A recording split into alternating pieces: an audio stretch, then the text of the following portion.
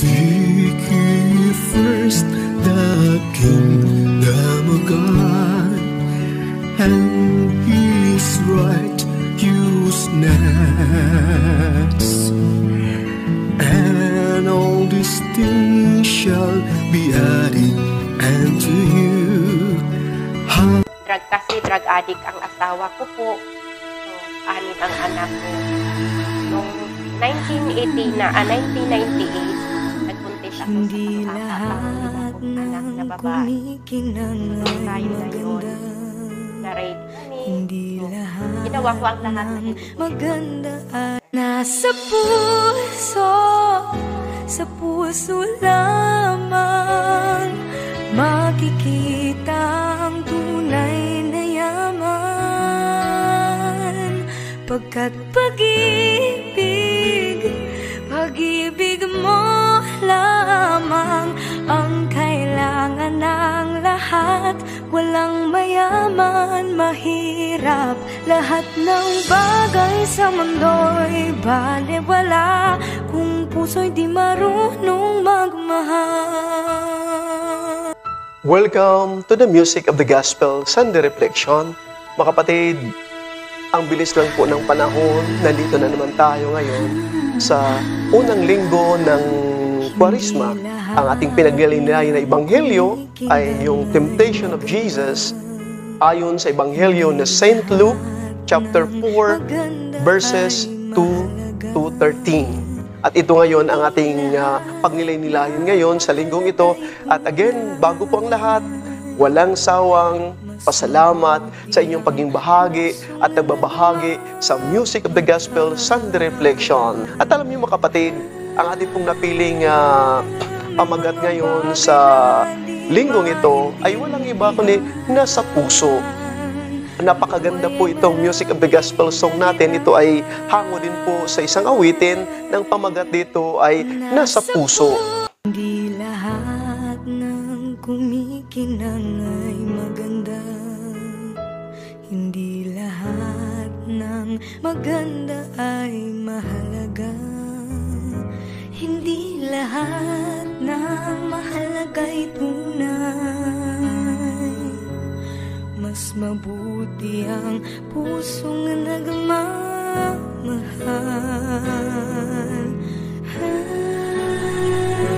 At iugnay natin ito ngayon sa ating ebanghelyo ng linggo ito, na the first Sunday of Lent. Napakaganda dahil sa unang bahagi lamang ng ebanghelyo, sa unang temptation ni Jesus sa disyerto, nilampasan niya itong unang pagsubok, pangalawang pagsubok, pangatlong pagsubok niya, or sinasabi nating temptation. At alam niyo din mga kapatid, wala naman talagang iba nagtulak ni Jesus para malampasan itong mga bagay na ito, itong mga temptation na ito, kundi sa kanyang pakipagrelasyon sa Diyos. Sa kanyang pakipag-ugnayan sa Diyos. At sa pakipagrelasyon, sa pakipag-ugnayan, wala pong ibang nagiging sentro dito, wala pong ibang naging ugat dito, kundi ang pagmamahal. Sa awitin natin na sinasabing, nasa puso. At sa pakipagrelasyon, nasa puso ang pakipagrelasyon. At mga kapatid, napakamapala din po natin ngayon, ang ating pong napili natin ngayon na ating guest sa linggong ito, walang iba kundi from the Diocese of Novaliches, at siya po ay isang parish coordinator sa BEC, at hindi lamang parish coordinator sa kanilang parokya, kundi isa din pong vicarage coordinator sa BEC. At wala pong iba mga kapatid, ang ating pong ating kapatid na si Ate Alice Lungay.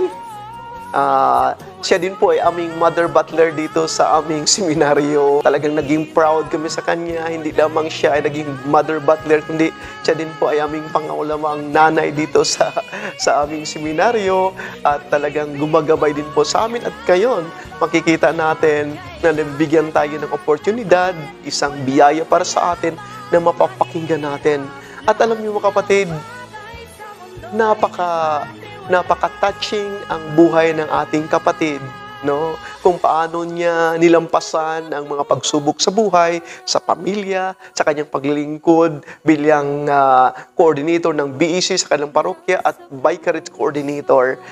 Ngayon po, i-welcome po natin ang ating kapatid na si Ate Alice. Ate Alice, salamat sa pagbibigay mo ng pagkakataon sa Music of the Gospel Sunday Reflection. Father, maraming salamat po. Magandang hapon po, magandang araw po sa inyong lahat o sa ating lahat, Father. Salamat po. Para sa akin po, Father, makaka-touch sa akin yung gospel po para sa linggo sa araw. Kasi po, kumbaga, binigyan tayo kung paano, kung titingnan po natin kung paano binigyan ng tentasyon si Jesus noong mga panahon na Opo. At sa atin pong buhay, dumanas din po tayo sa mga gano'n na mga pagsubok sa buhay.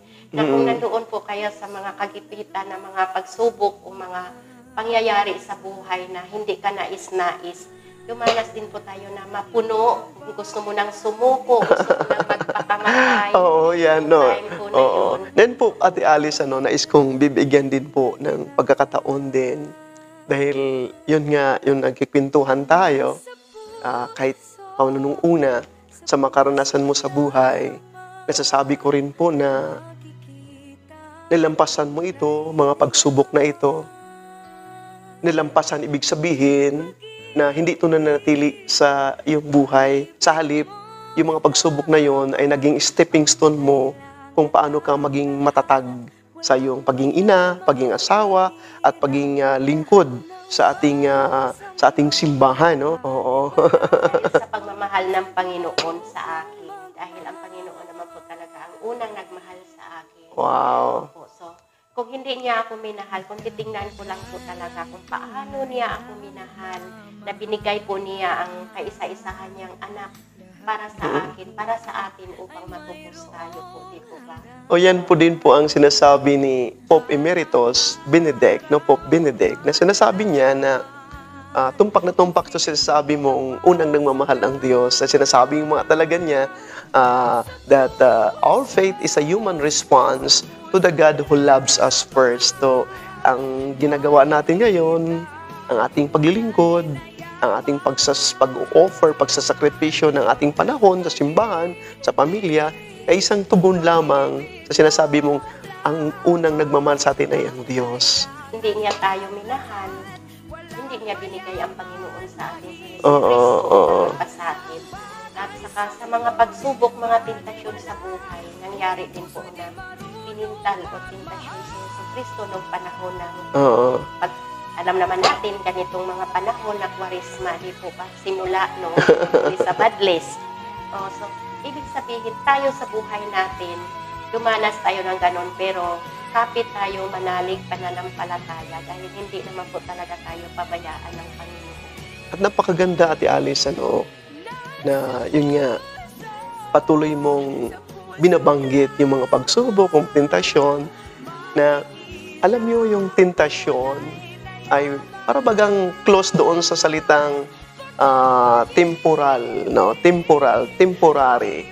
At yun nga, ang tentasyon or yung mga pagsubok ay hindi man talaga to temporary lang ito. The same din sa mga bagay-bagay dito sa mundong ito, yung yaman, yung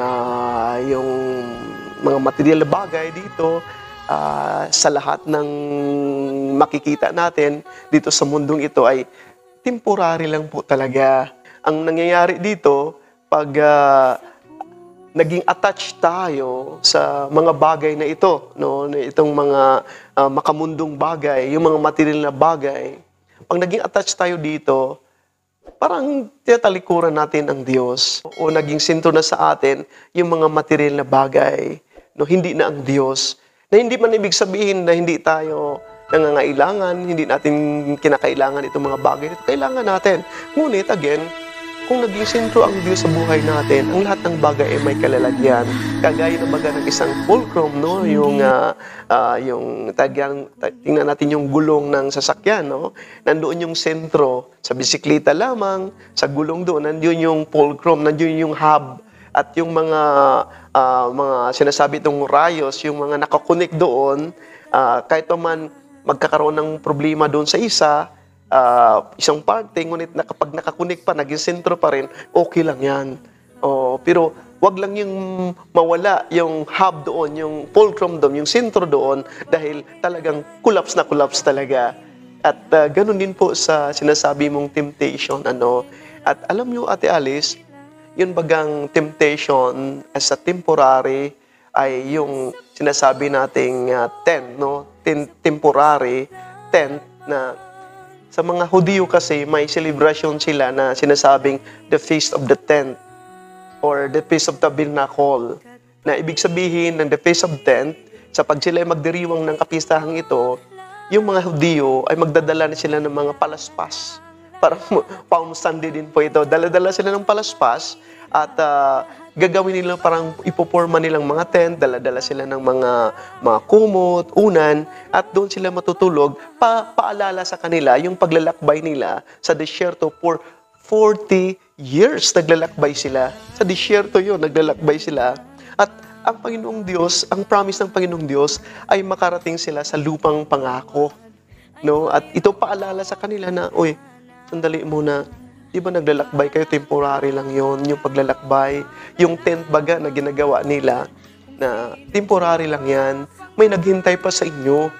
Huwag tayong magiging attached doon sa mga bagay na yon, sa tent na yon, na para bagang ayaw ko nang alis, komportable na ako dito. Hindi po, temporary lang po yan, kagaya ng katawan natin. So, napakahalaga yun nga, yung tent dito ay isang paalala sa atin ng lahat ng bagay, temptation or temporary ay lilipas din.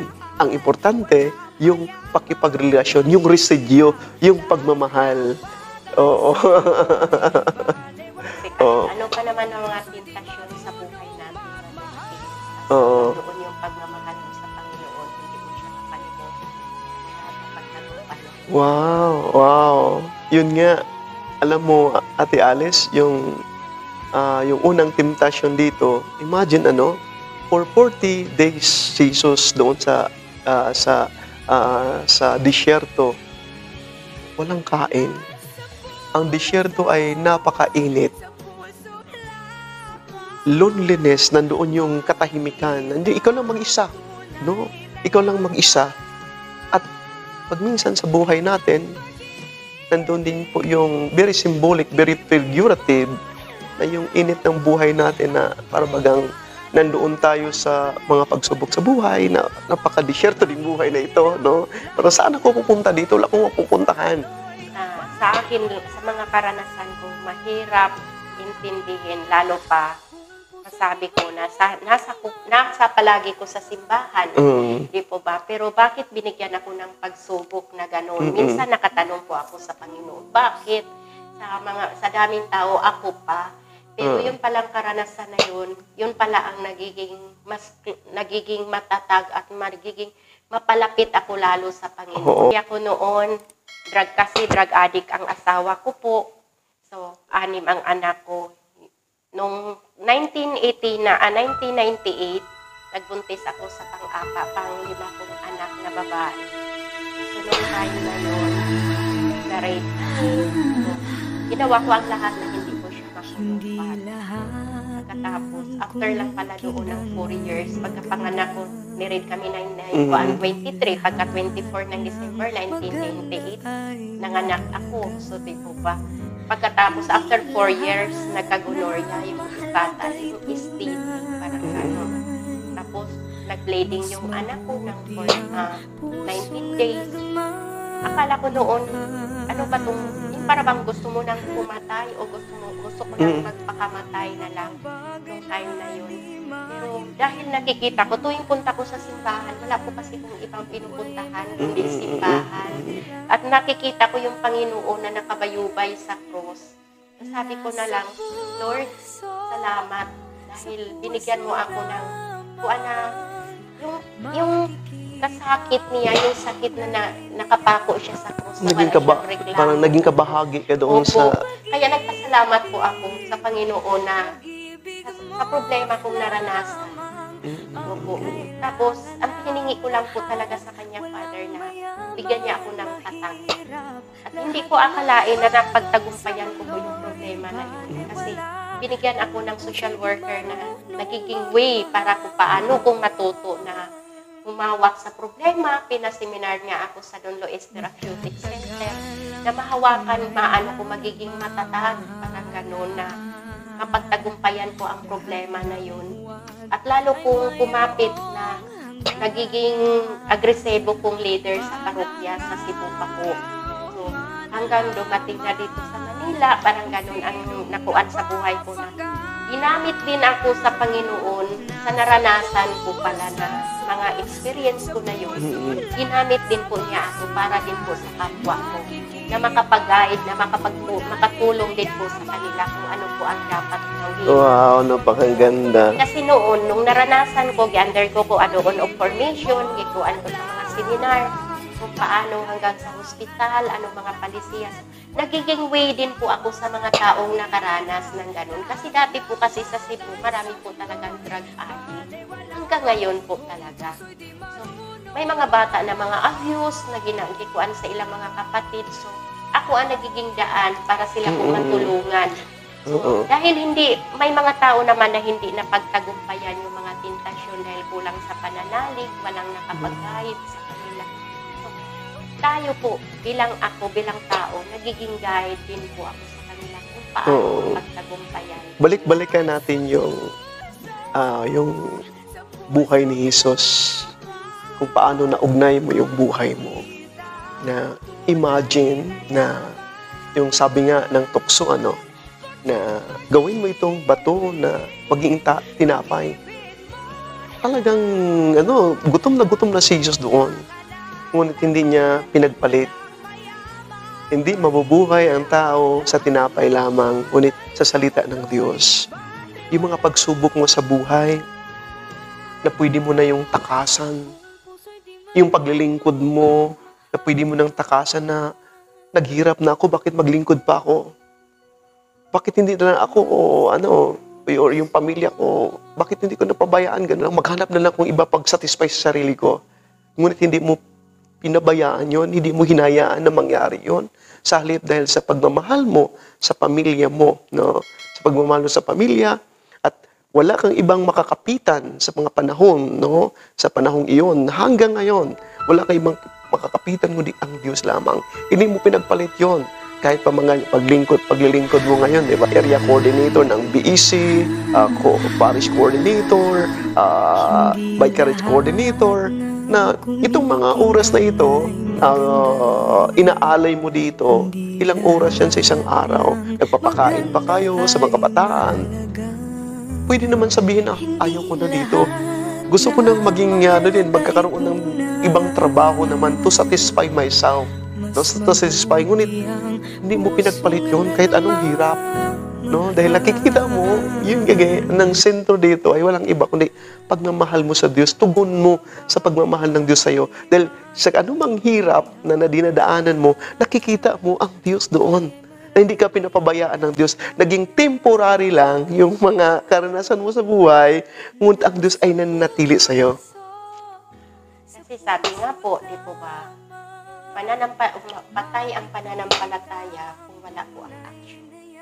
Para sa akin, diba, makuha natin na nung sinabi ni Jesus na hubad ako, binihisan mo ako, gutom ako, pinakain mo ako. So, yung ginagawa po namin para sa feeding program sa mga bata, lalo pa sa ngayon, may mga feeding program kami sa parokya namin, may mga beneficiary kami mga bata. So, para sa akin, parang sukli ko sa Panginoon na yung binigyan niya sa aking kalakasan, binigyan niya sa aking buhay, binigyan niya sa akin yung pagmamahal. Bakit hindi ko siya ibigay na pagmamahal din doon sa mga bata? Wow. Binigyan ako ng pagmamahal ng Panginoon. So, karapat-dapat lang din na isukli ko po doon. Yeah. Guys, kung bibigyan ng pagpapahalagyo yun, Ate Alice, nagpapakain kayo sa mga bata. Of course, yung pagpapakain niyo sa mga bata, yung mga goods ng simbahan, yung mga alay ng mga tao sa simbahan. Ngunit, ang nagtulak dito para gagamitin ito kundi wala ang iba kundi pagmamahal.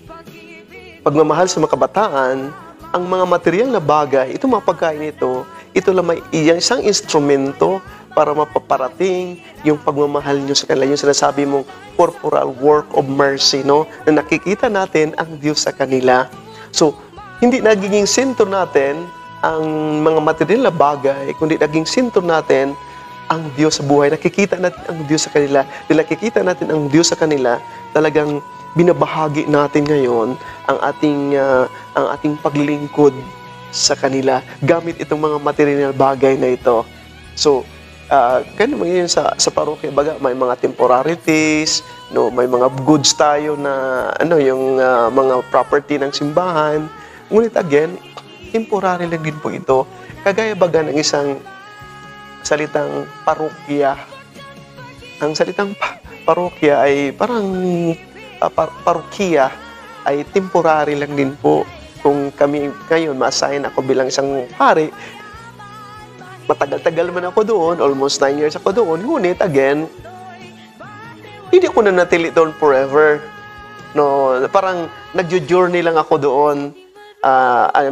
Na-assign man ko ng iba, ngunit yung pagmamahal ng natugon ko sa Panginoong Diyos ay hindi nawawala, nanatili, at lalo pang pinapalalim doon sa aking paglilingkod at nagagamit ko ngayon. Ganon din po sa'yo. Yung pagmamahal mo na inaalay mo sa mga karanasan mo nung una, na nilampasan mo. Hindi ko sumurrender noon, umalis sa Cebu. Hindi ko maabot ngayon ang aking buhay. Kasi isipin na iba ang buhay ko sa Cebu. Pagdating ko dito, may hamon pala. Sa bawat pagmamahal na ibigay namin, nandoon man din po yung tagumpay, nandoon din yung mga pagsubok o mga tentasyon. Kasi lalo pa, maraming tentasyon sa bawat ginagawa ko. Para sa amin po, yung tintalo pa niya, huwag ka na doon.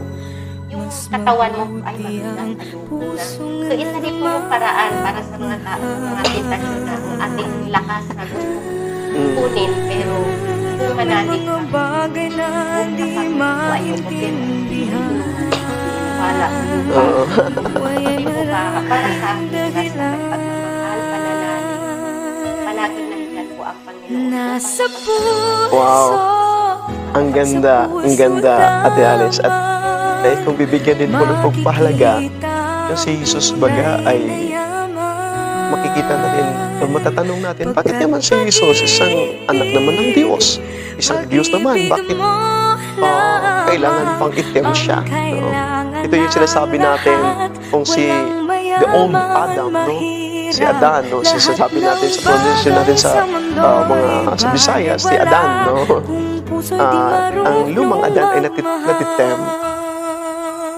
natitem siya, nagpapadala siya sa alok ng Diablo, no? At pagpadala niya sa alok ng Diablo, makikita natin na napaka-symbolic din po lumabas sa paraiso. Hindi ba talaga ang Diyos ang papalabas sila sa paraiso?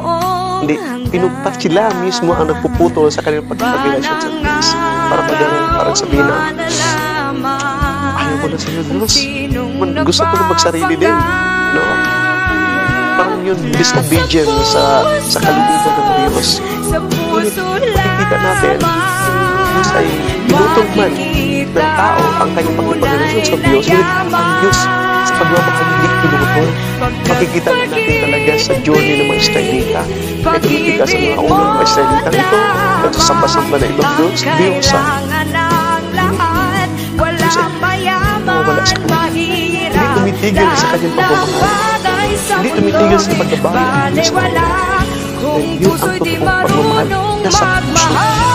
At ang manatili, nalampasan man nila yung mga pagsubok nila sa buhay, at ang pagsubok nila sa paglalakbay sa disyerto, ang pagmamahal ng Diyos ang manatili. Tinutupad ng Diyos ang kanyang pangako. At dito ngayon sa new Adam na ito, wala na ba pwede ang itong Kristo? Siya din po isang tao, pinanganak na isang tao. No? Except sin, no? Except sin. At hindi siya exempted sa temptation. Pinapakita sa atin kung ang Diyos ay tinitip. Ngunit, hindi natin masasabi na, Ako na ang tao lamang nagteka mo. Ngunit alalahanin natin na binibigyan tayo ng lakas, binibigyan tayo ng mga biyaya ng Diyos kung paano malampasan ang mga pagsubok sa buhay. May kapangyarihan din po tayo.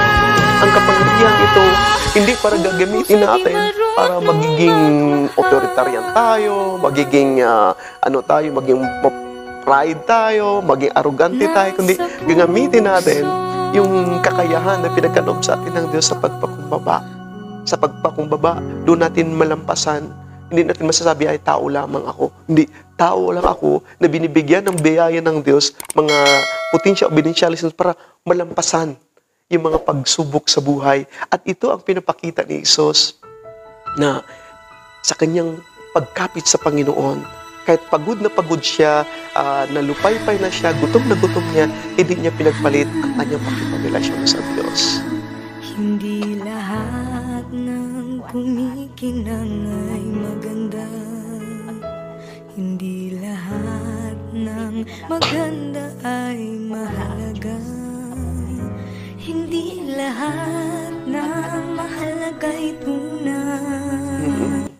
Kasi po, nandoon na po yung nandito na po sa kapaligiran natin ang mga tentasyon, ang mga masasama.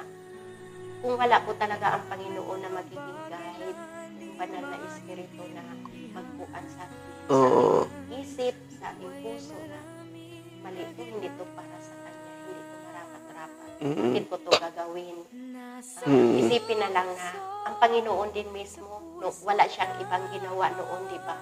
Nung nanalangin siya, pagpasok di ko pa nanalangin siya, wala siyang ibang ginawa noon kundi nag-fasting siya, nananalangin, humihingi ng tulong sa Panginoon, sa Diyos Ama, upang mapagtagumpayan din po niya ang hamon. Kaya para sa akin, Father, ang gospel na ito, parang tayo bilang tao, na hindi natin kalimutan ang Panginoon upang mapagtagumpayan natin ang hamon dito sa buhay. Yun nga, naging sentro natin ang Diyos sa buhay natin.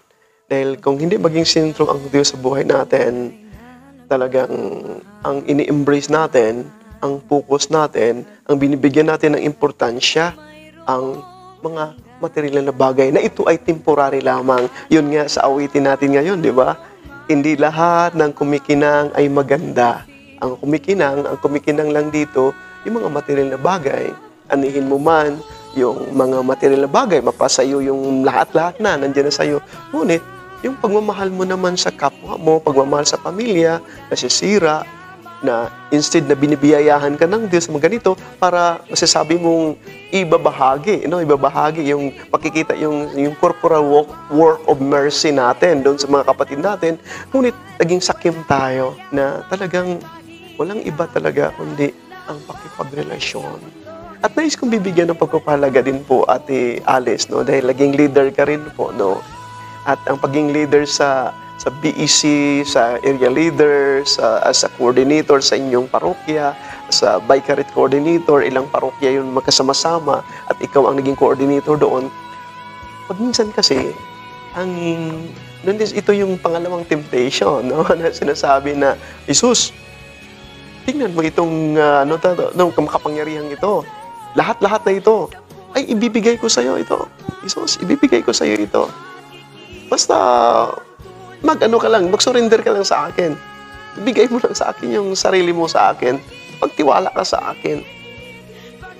Napakatindi, di ba? Pag minsan baga, sa pagiging leader natin, Sa akin, bilang leader, hindi ibig sabihin mataas. Kung totoong paglilingkod ang ginagawa natin, paglilingkod sa Panginoon, kailangan hindi ibig sabihin na leader ka, ikaw ang serbisyuhan. Kung hindi, bilang leader, ikaw po ang nasa baba. Ikaw po ang maglingkod para sa mga tao. Hindi ibig sabihin na nasa ugali ni mo magpakumbaba para mahikayat mo sila. Kasi paano ko mahikayat ang kapwa kung ikaw mataas, di po ba?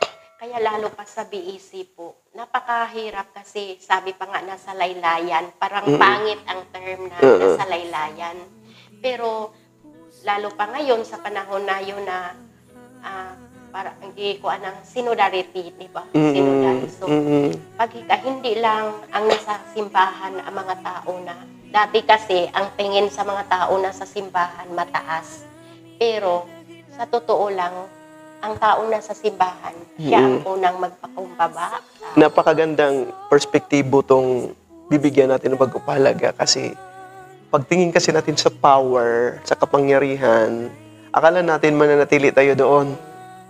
Akala natin pag ako ay parish priest ngayon, manatili akong parish priest.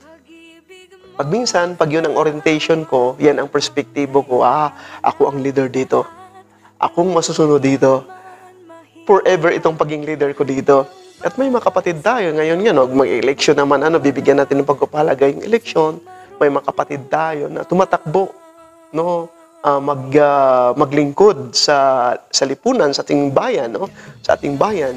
Ngunit, again, ang hinahangad yung power, yung prestige, no? Dahil, yun nga, ito hinahangad nila, nakapuko sila dito, pag nakaupo na yan, talagang ayaw ng bababa. Ngunit, again, ayaw mong bumaba, realidad ng buhay ay temporary pa rin yan. Pag malalaman natin ang lahat ng bagay na ito, power man, or kapangyarihan, or material na bagay man, status mo man sa buhay, familiarity, maaw ka nung talagang career man, ngunit ito, alalahanin natin na ito ay matatapos din. Kung alam natin ito na matatapos, ito ay temporary lamang, ay magdala ito sa atin ng kababaang loob.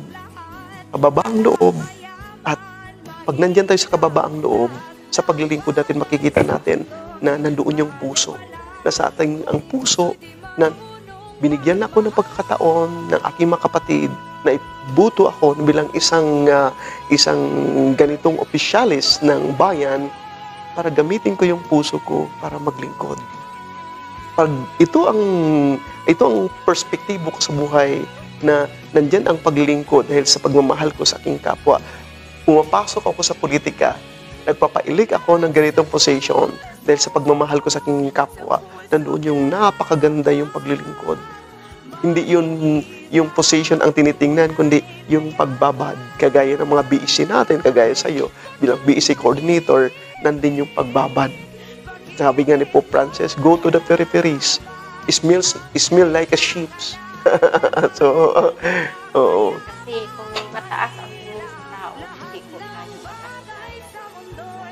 Na madala po natin papasok sa simbahan. At saka, titingnan po natin yung buhay. Kasi una po kasi yung buhay natin ang refleksyon doon. Kung matingin po sa tao sa'yo na ay hindi po maganda. So, una tayo ang magawa ng ehemplo para sa mga tao. Kasi wala namang masama na pinakita ang Panginoon sa atin. Ang kagandahan po ang pinakita sa atin. Kaya hindi po paraan na bilang leader ka, magpataas, kundi magpababa ka. Kasi sa mundo na to, ang nanatili lang po talagang walang pagbabago ang Panginoon. Pero tayo pong tao. Yan, napakaganda yun, ate, yung sinasabi mong leadership by example, na maging ehemplo tayo sa paglilingkod. At ang mga kapatid talaga natin, naamoy din tayo sa pagiging leader natin eh. Magaling man tayo magsasalita, ngunit sa ating magawa, ang mga kapatid nating ito ngayon, sa panahong ito, lalo na mga kabataan, yes, nakikinig sila, ngunit naghanap sila ng magiging magandang halimbawa sa kanila, mga example. Kung sila man ay pumunta sa simbahan, kung sila man ay nagsisimba, kung sila may naging active sa simbahan, dahil may nakita silang ehemplo. Oo. Kasi papasok ka sa simbahan, kung magawa ka naman, nagsusugan ka, pangit, tingnan. Kaya dapat tayo, kung tayo ang nasa simbahan, ipakita natin ang kagandahan na ehemplo. Ay, maganda yun kasi nandito. Halimbawa tayo para sa kanila. Para sa akin naman bilang leader, hindi manatili na ako. Kaya nga po, patuloy akong nanawagan na huwag tayong mag-train na magiging leader. At ang maganda din dito, ate, yung pangatlong natin, yung temptation ni Jesus na dinala siya sa tuktok ng Jerusalem, no, sa templo, no? At sinabi ng Diablo na, Jesus, magpahulog ka dito.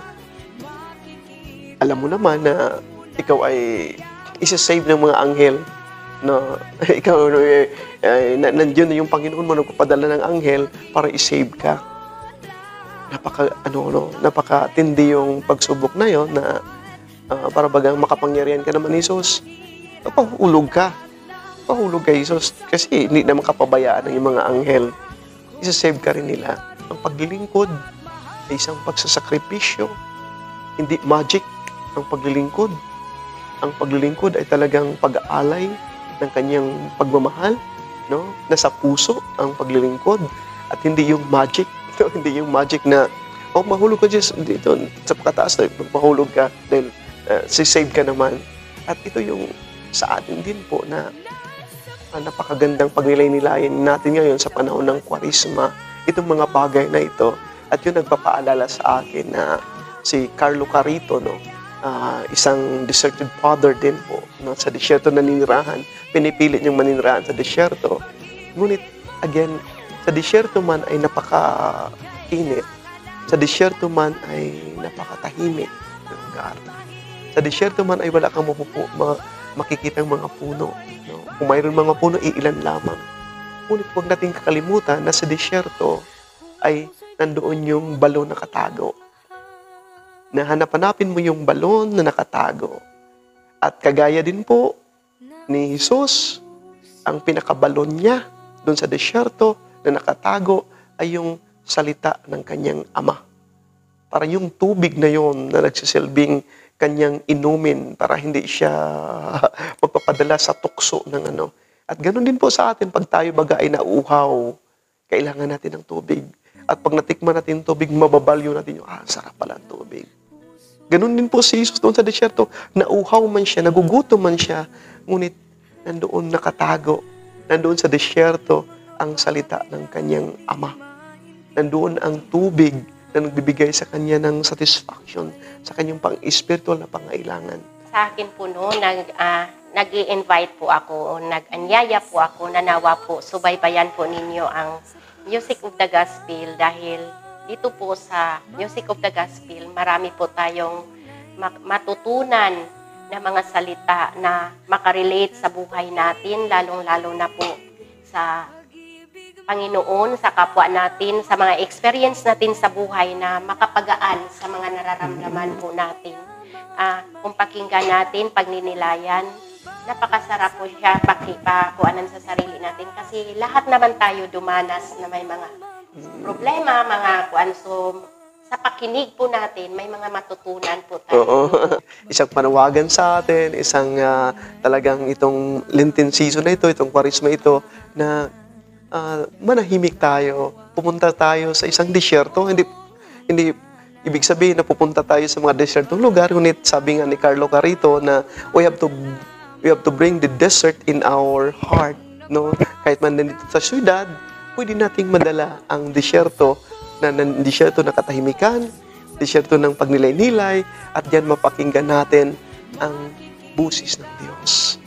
The Music of the Gospel, Sunday Reflection, the Father, the Son, of the Holy Spirit. Amen. Nasa puso lamang makikita ang tunay na yaman, pagkat pag-ibig